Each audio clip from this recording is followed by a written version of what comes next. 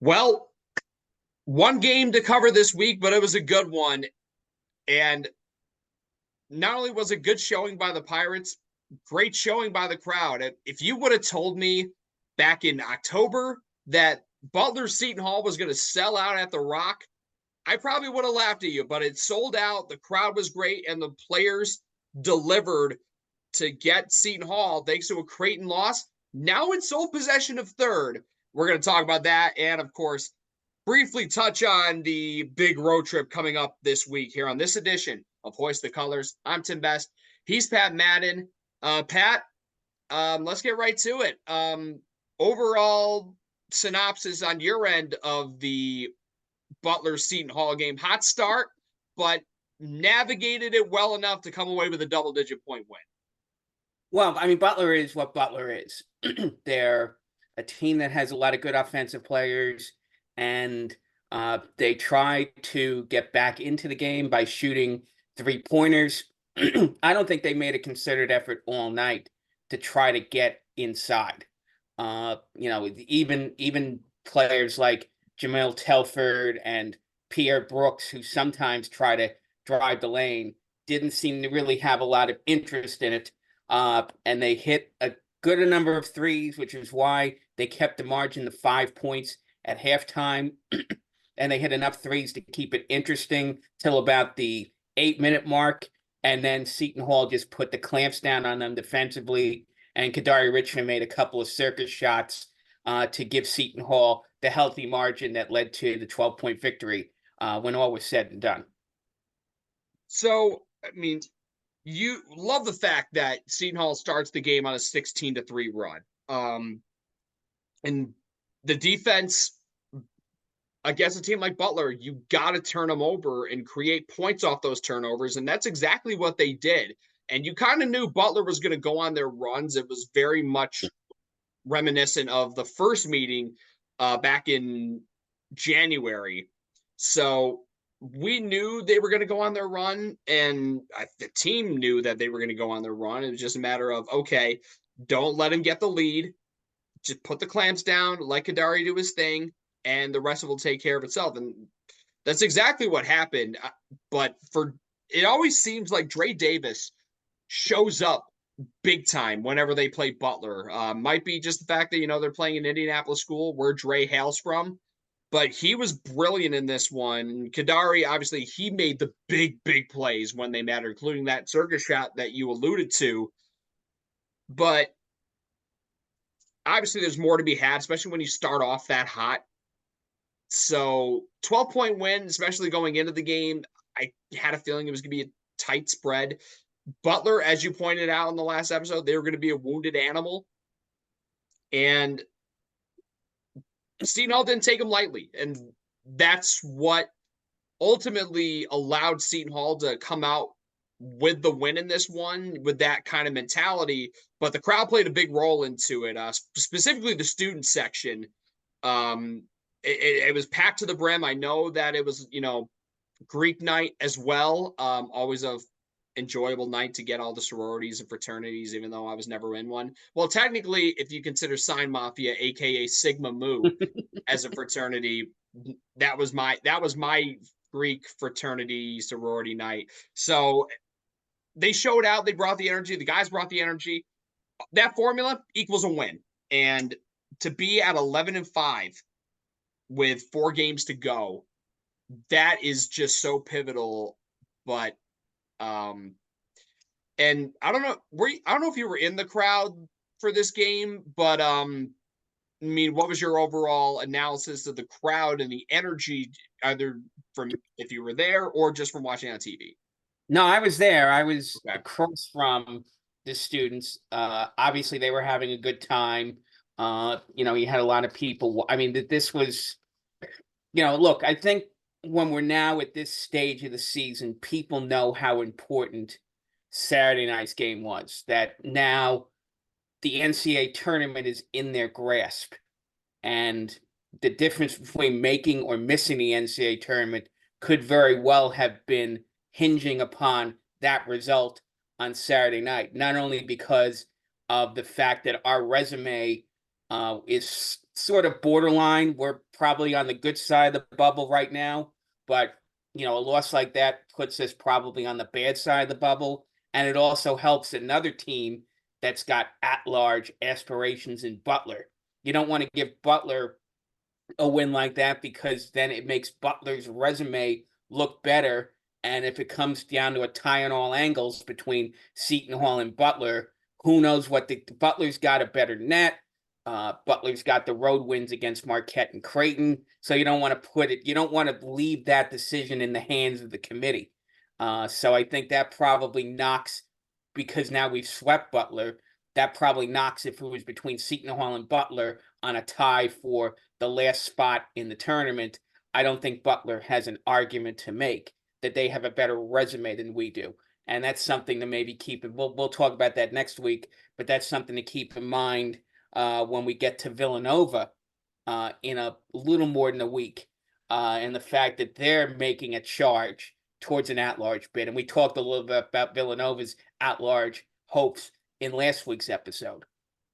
So I was in and also listening to the host, the space that JP Carlesimo hosted, and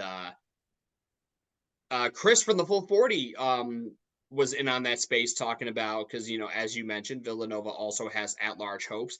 His synopsis was, in terms of Seton Hall's resume, just as long as you don't lose to DePaul and your net stays pretty consistent by having decent road outings against Creighton and UConn, which we'll kind of elaborate more on later. And also, if you get another win over Villanova, who their net is also rising, and they have a chance to continue to improve their net with 2 games against Georgetown at home and then at Providence, which a win at Providence is probably going to be a Q1 win for them. So just as long as you don't do anything stupid and have any really ugly results, then you're basically in. And now Chris's argument was, well, they're in really. It's a matter of where they're going to be seated based on the results of the home stretch. If they can hang tough against Creighton and UConn on the road in tough environments, and then either sweep the 2-0 home trip at the end of the year, and also, even if it's a split, if they lose to Villanova without it being anywhere near as ugly as it was Super Bowl Sunday, they're in. It's just a matter of, okay, where's the committee gonna seed them? And as far as I'm concerned, for Seton Hall, just avoid the 9-8 game. I mean, right now it looks like 10, 11. Those are the numbers that are the most likely outcomes. Well, I mean, I'm going to look into that a little bit on my blog on Friday. I guess my attitude right now is I'll be thrilled regardless that we're in the tournament, because no one outside of a few of us thought that Seton Hall had any hopes of making the tournament when we started having these conversations in the preseason. So if it meant having to play Michigan State and Dayton in the first 4, that would basically be a good season. And it would be the first season Shaheen Holloway makes the tournament at Seton Hall, and it gives Holloway and the Pirates some momentum, big picture, long term. I mean, but that's something we can talk about, when we get towards the later part of March, and we've got this business coming. These 2 games, we talked a little bit about it during the week, that there's, I don't know if you can have a reasonable expectation. They're going to be probably double-digit underdogs in both of these games because Creighton and Connecticut are both in the top 20. The question is what Creighton team shows up on Wednesday night and what Connecticut team shows up a week from Sunday. I guess we could start with Creighton. Creighton did not look anywhere near their best, getting beat by 14 points by St. John's yesterday out at Madison Square Garden. Trey Alexander had a big game, but Baylor Shireman, who's been probably their best player all season, couldn't find, couldn't his shot wasn't going, and they did a pretty good job neutralizing Ryan Kalkbrenner. So I think you look at the blueprint for how Seton Hall played Creighton at the Rock back in that triple overtime game last January, and it's a matter. I think if they do a better job on Kalkbrenner than they did up at the Rock, what's it now, 5 weeks ago, Yeah. middle of January. If they do a better job against Kalkbrenner, which is easier said than done, but on the other hand, you gotta. My thinking with Kalkbrenner is you gotta be a little more physical with him. You don't want to get to the point where you draw a flagrant one or do anything crazy like that. But I think Jaden Bediako, the first time Kalkbrenner tries to go for an alley oop or something like that, I would just try to find a way in a basketball way to push him out of the way.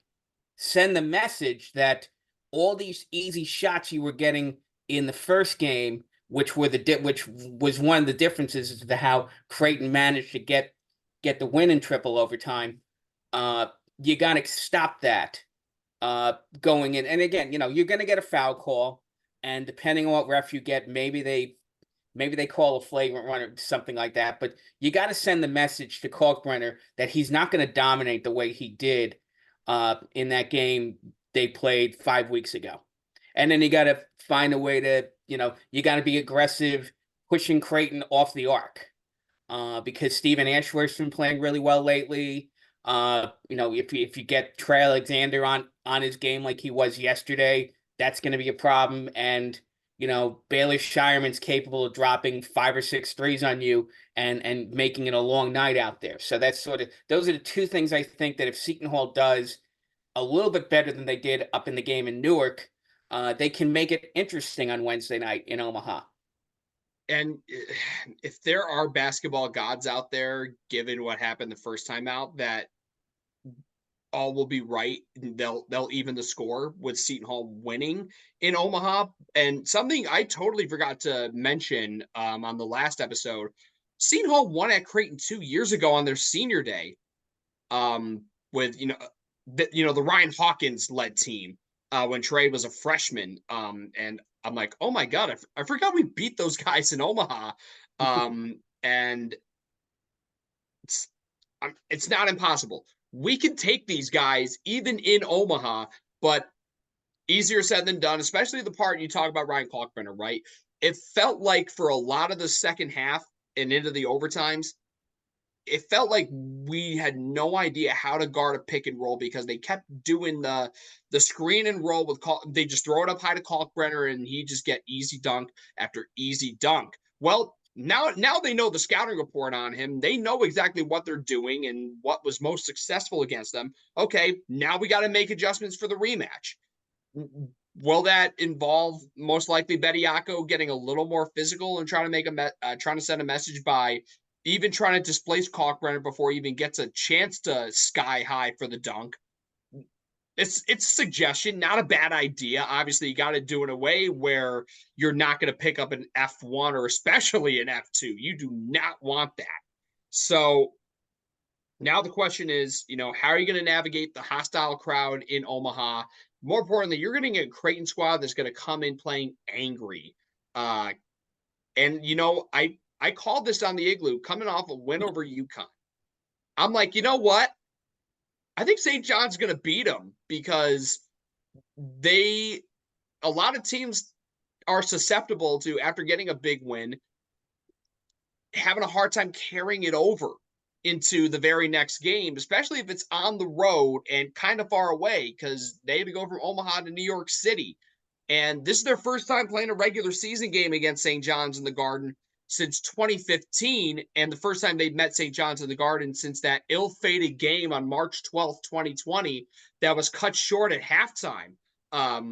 So in a way, it was kind of cathartic for St. John's to win that game, and in a whiteout, no less, because, when they crushed Creighton in 2020, a week and a half before the Big East tournament, it was a whiteout. And they had a whiteout Sunday afternoon, and lo and behold, it was a win, and by double digits, ironically. But for Creighton, I'm telling you, scouting report is relatively simple, but you kind of know in the back of your mind they're not going to shoot anywhere near as bad as they did Sunday. Now it's just a matter of how can we contest and defend the three. And also, like, we got to draw fouls on them somehow because they're one of the most disciplined teams in the country when it comes to avoiding foul trouble. So, as far as I'm concerned, defend the three well, whether it be, preventing them from even taking the threes or contesting them. And then on top of that, get them in foul trouble. Be aggressive. Seton Hall's at their best when they go hard at the rim and get to the line. And for once, we have a good free throw shooting team for Seton Hall. But then it's fun. Now it's really weird and almost sadistic that you get Creighton Wednesday night, and then you got to go play UConn Sunday afternoon on their senior day. What are your thoughts heading into this grudge match? Because UConn, up until that game against Creighton, they hadn't lost since that Seton Hall game.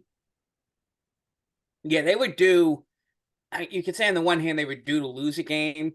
On the other hand, you could say that it sort of reduces this idea that they are indestructible, that they're just so much better than everybody else. I mean, I still think they're the number one team in the country, even though the AP poll that just came out before we started recording has them at number 3. They fell behind Houston and Purdue because of that loss to Creighton last Wednesday night. But again, the other factor is that Seton Hall has beaten Connecticut. So the blueprint for Connecticut is, I think a guest on the Igloo, the infamous Mr. Hotballs, put out in a tweet, I think it was like a couple of weeks ago, he put out, and I'm not going to read it, but it's not too dissimilar to my thoughts about, getting Klingon in foul trouble, harassing shooters on the perimeter, making sure that, offensively, once you getting Klingon in foul trouble means that you're doing damage on the inside. And then you have to have a relatively good shooting night. And a good shooting night for Seton Hall is not necessarily maybe going 10 for 25 from 3. It's maybe a matter of, getting Kadari Richmond in good spots in the lane, as he did in the game up in Newark right before Christmas. So maybe it's just a matter of taking good, high-level, high-efficiency 2-point shots. Maybe those 8 to 10-foot floaters or mid-range shots. You knock down a bunch of those and you put the pressure on Connecticut to match what you're doing on the offensive end. I mean, we all know, if the night comes when Cam Spencer's unconscious, or Tristan Newton's unconscious, or Alex Caravan is unconscious, no one in the country is beating Connecticut. And playing at home. I think the game's in Stores, right? That sounds right. Yeah. I want to make sure, because that you get in trouble when you mix up whether they're playing games in Stores or whether it. Yeah, I think, let's see if the game's in Stores on a Sunday at 12 o'clock on CBS. So I mean, I think this is our only network TV game, like CBS or Fox. This is our only one all year in the regular season.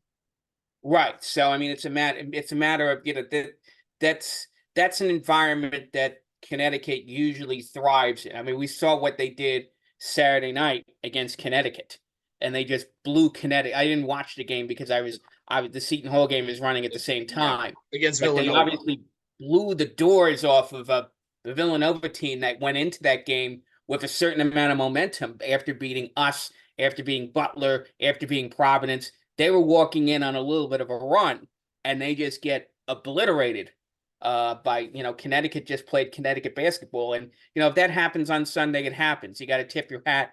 You've got to just chalk it up to, this is a team that's probably, I don't know if they're the betting favorite to be the national champion, but they're certainly, you don't get through the first two, or if you're saying who's going to win the national championship, Connecticut's at least the second or third team you mentioned. So this is a great team that Seton Hall has to get their shot at. And of course, the other thing they're doing, which, I'll just touch briefly upon, is that they're doing something during that game besides senior night, which is the passing of the torch between Jonathan Husky 14 and Jonathan Husky 15.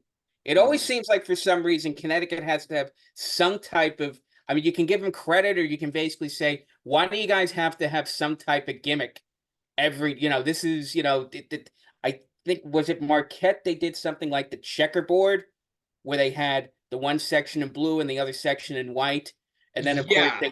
Yeah, I they feel had like a lot of schools are doing that now. I think Creighton did it once. I think Butler UConn did did it. it also at one point. Butler did it. Yeah, I don't know if Seton Hall could ever do it.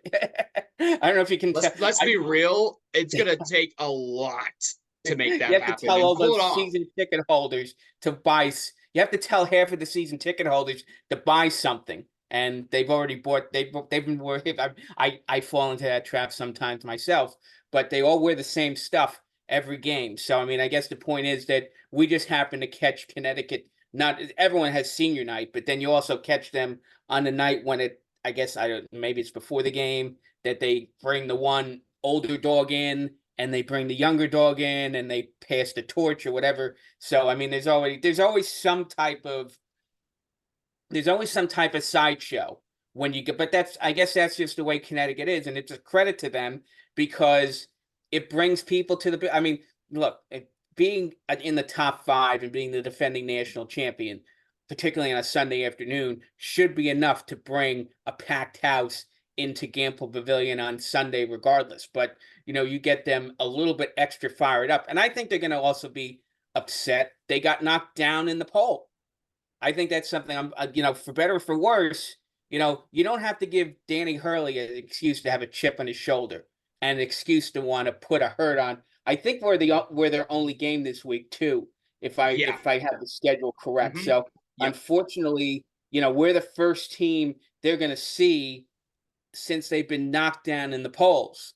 And they know, and of course, there's always the possibility, whether it's likely or not, that game could be for them to get back to number one in the country. And I think that means something as much as the polls are weird and as much as the pollsters are strange, that means something to Connecticut. So, Seton Hall unfortunately has their back against the wall. But again, Seton Hall's 5-3 in road games in the Big East.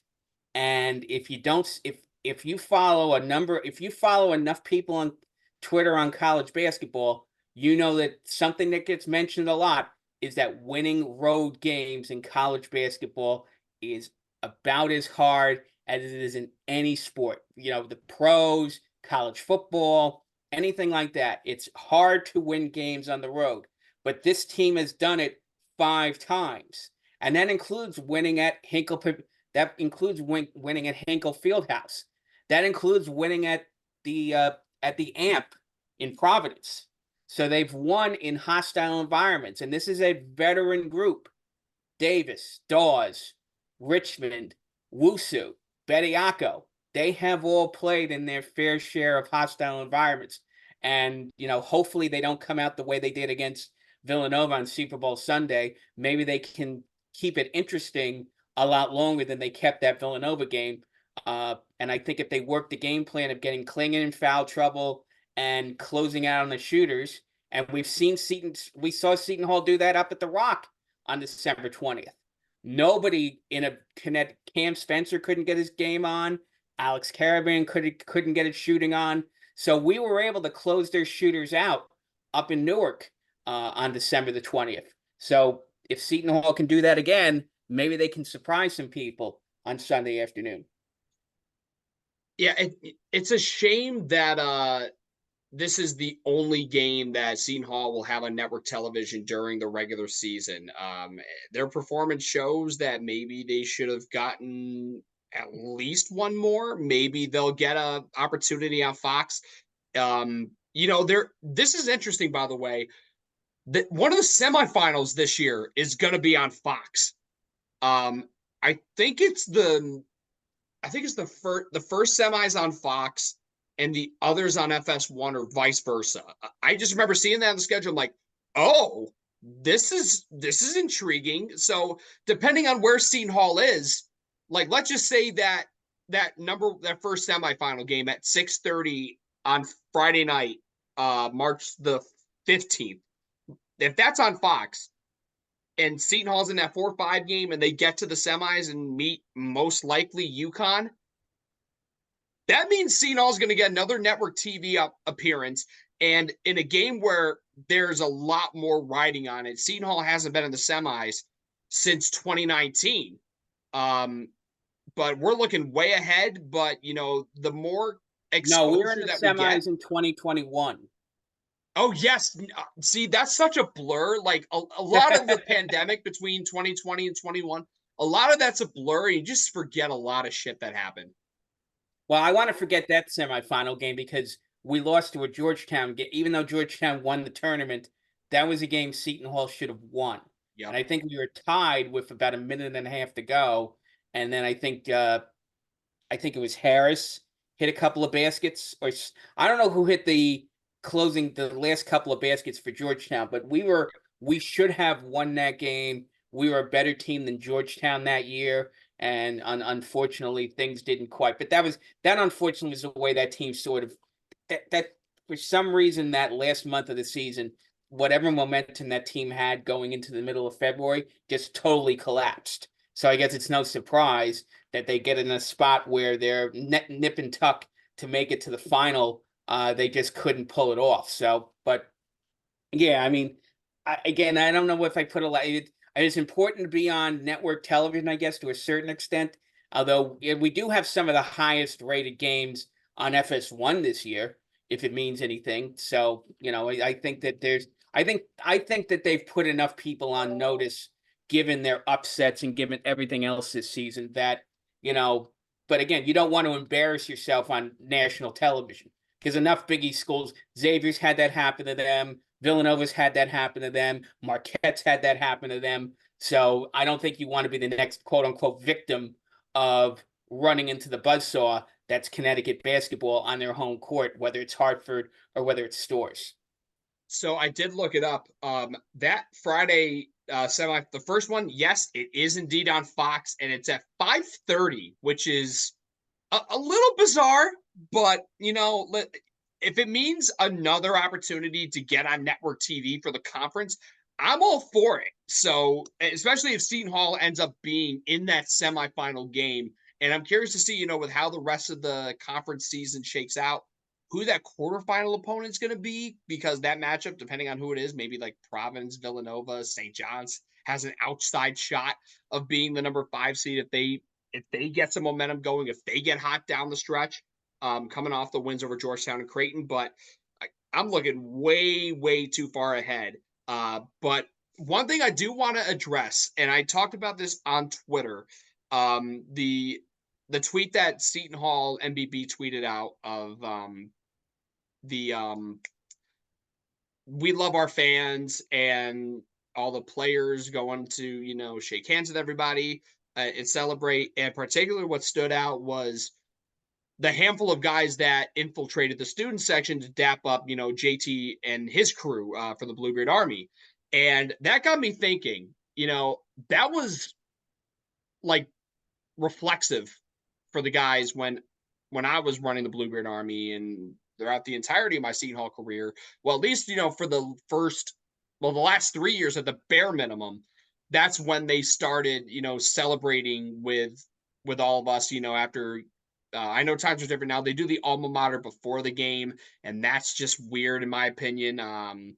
But after the alma mater, the alma mater, they line up on the free throw line nearest the student section. So they all stand together on the line after the alma mater. They'd come up after a win, dap everybody up, and that was a really cool tradition. And I know that COVID kind of got in the way of that, with the whole 6 feet apart, limit body contact and all that stuff. But now that we're mostly out of the woods on that, we're probably like 99% on that, to be honest with you.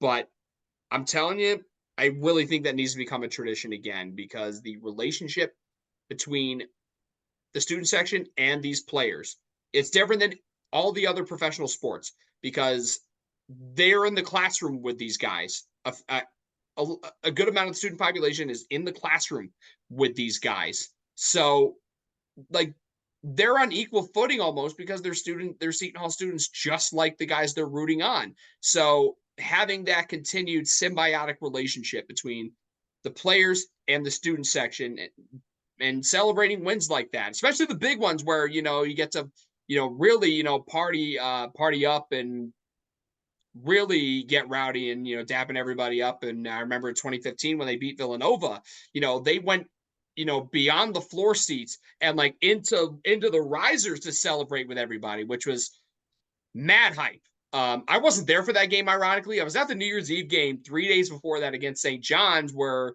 they started Big East play with an emphatic win over an 11-1 St. John's team coached by Steve Lavin in his final year with the Red Storm. But yeah, I definitely want your take on this. I really think this needs to You know become what a I tradition think? again. You know what I think the turning point of that was? I really think that the players, and you saw that when they put the clip out of the St. John's game from from last week. I think a lot of those Bluebeard Army guys, JT, Cody, Jack Bosworth, and the other guys all took the trip out to UBS. And I think that there was an appreciation of the fit because, obviously you could, because the St. John's fans were in dead silence when Seton Hall made the comeback in the second half.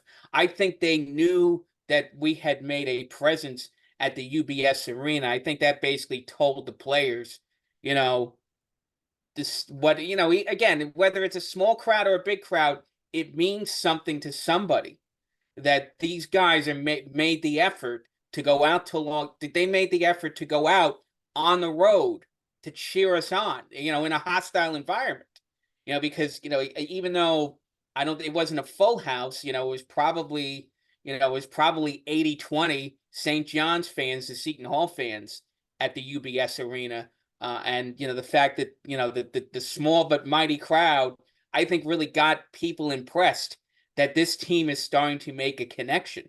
This coach, these players who we've seen for 2 years as a group, and the fact that they're doing the type of things that they're just surprising everybody, that they're in a position in the last week of February, but they've all but punched their ticket to the NCAA tournament. So, and then I think that carries over to, the student section being full on Saturday night, the building in general being full. You could tell that the crowd, that there were times when even Seton Hall was up by 8 points, and you get "Let's go Pirate" chants, go in for the kill, make it a 10-point lead, make it a 12-point lead, make it a 15-point lead. The fans were still into it. People were chanting defense. People were getting up. People were getting excited when Butler had to call timeout. Like, they had to call a timeout, I think, when it became 13-3 early in the first half. And people give him a standing ovation, 5 minutes into the game. And then Butler had to take another. Butler, I'm trying to think I think they took a timeout with 8 minutes to go. And we had been up by 8. This was right before the Richmond play. And they took another timeout, and the crowd's getting all excited about that play. It sort of had that type of energy you felt during, the peak Whitehead, Delgado, and those types of guys' years. So I think there's a similar dynamic going on between this team. I think it's unfortunate, sort of as an aside, that next week's games, Villanova and DePaul, are during spring break. Yep. So I don't think, who knows? You would. I mean, I hate to say it. I don't know what type of impact a student section is going to have. And unfortunately, when you bring Villanova into the building, are there a lot of people? Are there Villanova fans who bought season tickets just to go to this Villanova Seton Hall game next week? I don't know. But I think it's something where it would be nice if, everyone who wanted to get to this game could get a student. You sell it to certain people, of course, but you could get at least an audience into those seats, and try to get some energy out from, because because they're on break. You're not going to have the type of energy you had on Saturday night, and for the Marquette game, and for the Connecticut game back in December. So my synopsis: Villanova will always bring students to the building. I know this for a fact, even though I wasn't one of them. Seton Hall's a commuter school, man. Like it's been that way for a very long time. So the people who are, in the area, I know how the ticket exchange system works. Like, I'm not a dinosaur. I'm not a dinosaur. I know how this shit works. Like, they're gonna get, whatever local students, like, they're gonna take from the out of state students. Like, I could buy your ticket and I'm gonna use that for a friend. Like, that's perfect. As long as they bring the energy, I'm all for it. And Villanova brings out the energy. I know that Villanova is not the same Villanova when Jay Wright and those guys, like Jalen Brunson, Josh Hart, Ryan Archidiakono, you name it. When those guys were leading the charge as one of the most dominant programs, not just in the Big East, as the most dominant program in the Big East, but one of the most dominant programs in the entire country.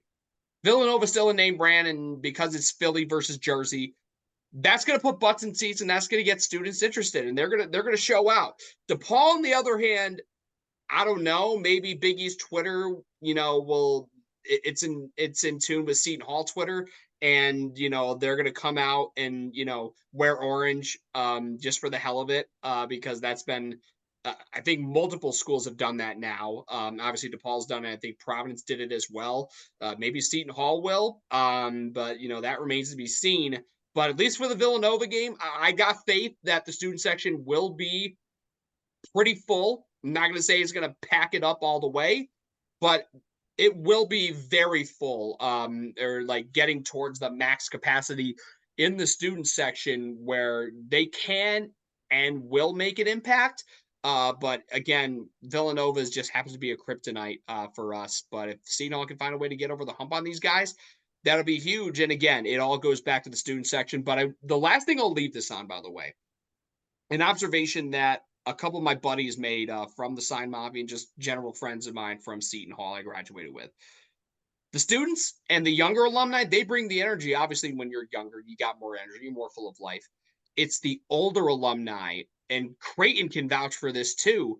The older alumni see as more of just a social gathering where they're just sitting and, and they will deplore anyone who dares to get up out of their seat to cheer on the Pirates because they either don't have the energy to get up or they're too lazy to get up, or maybe they just can't get up because they're that old.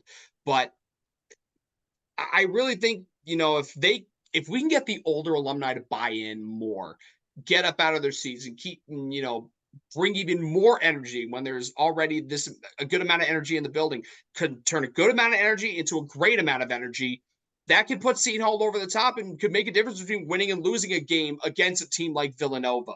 So that's just, I feel like I've made these pleas with the fans, the student sections, and now the older alumni. I feel like, take a shot every episode when I do it. Well, the one other thing is that it is Villanova. Yeah. Villanova's a name that people recognize. You would hope that, particularly in New Jersey, you're going to run, like when you go down to the beach in the summer, you're probably going to run the Villanova fans. You go to Long Beach Island, for example, which is, I guess just north of Atlantic City. I spend a good amount of time on Long Beach Island, and you see a lot of people with the V's, the bumper stickers on their back with V's on them. So, people come in from Philadelphia and South Jersey. So you're going to run into Villanova people when you socialize during the summer. And you don't want to be in a position where you have to get them ragging on you because they swept us again. So I think Villanova gets the juices up. Of course, the last great game at the Rock before the last home game, of course, in the 2020 season was senior night against Villanova when Seton Hall got this close to pulling the upset. Not pulling upset. I think we were favored in that game, but we came this close to coming back and clinching the regular season title. I mean, there's a lot of history between the two schools. So I think Villanova does the same thing that, let's say, playing the Lakers does in the NBA, or back in the day playing the Chicago Bulls or somebody like that. So I think that the atmosphere already, tickets are going to be very hard to come by for that game if you don't have them already. So I think there's going to be a buzz in the house for that. We'll talk about it next week, but the key to a game like that is don't let the 2 or 3 thousand Villanova fans who are going to be there be louder than the Seton Hall fans. Agreed. And again, yeah, it takes everyone. Teamwork makes the dream work, and yes, that includes you old heads. And don't take it the wrong way, but like don't be deploring the younger folk when they are bringing the energy, getting up out of the seat when you need to bring the energy for like a big defensive stand or whatever. Like, don't be telling them to sit down or whatever. Like, that means it's your cue to stand up if you're able to, obviously. So that's my last plea. And by the way, speaking of the regular season title, last thing I'll leave this with, UConn can clinch it outright, or at least a share of it by the time they play us Sunday. So they'll have something to play for on top of revenge. So if we can spoil that party, that'd be great. But the only time we've won at UConn since they rejoined the league is with no fans in attendance during the 2020-21 season. In a game ironically called by Brian Custer. I think it might have been the last game Custer ever called for us on FS1. But I digress. Again, it's senior day. If we can spoil senior day and potentially the chance for them to clinch at least the share of the regular season title, or maybe even clinch it outright, depending on what Marquette does. I think the day before they're at Creighton, that'll be pretty sweet. But the extra incentive, I think, it's going to drive UConn fans nuts, and they've been rabid all year, and that'll most likely put them over the top. But just as long as you don't allow yourself to get blown out Sunday and of course Wednesday at Creighton, we're in good hands going into that 2-game homestand to end the year. Before we wrap it up, Pat, any last thoughts? No, I think we pretty much covered it. I think these are games that you can sort of, be not as nervous about because look, both places are amongst the hardest places to win in the country. On the other hand, that we played them. We forced Creighton to triple overtime, and we beat Connecticut by 15 points. So if any team is going to pull an upset this week, it's the Seton Hall Pirates. So basically, you're sort of the gambling term is house money. It's house money week.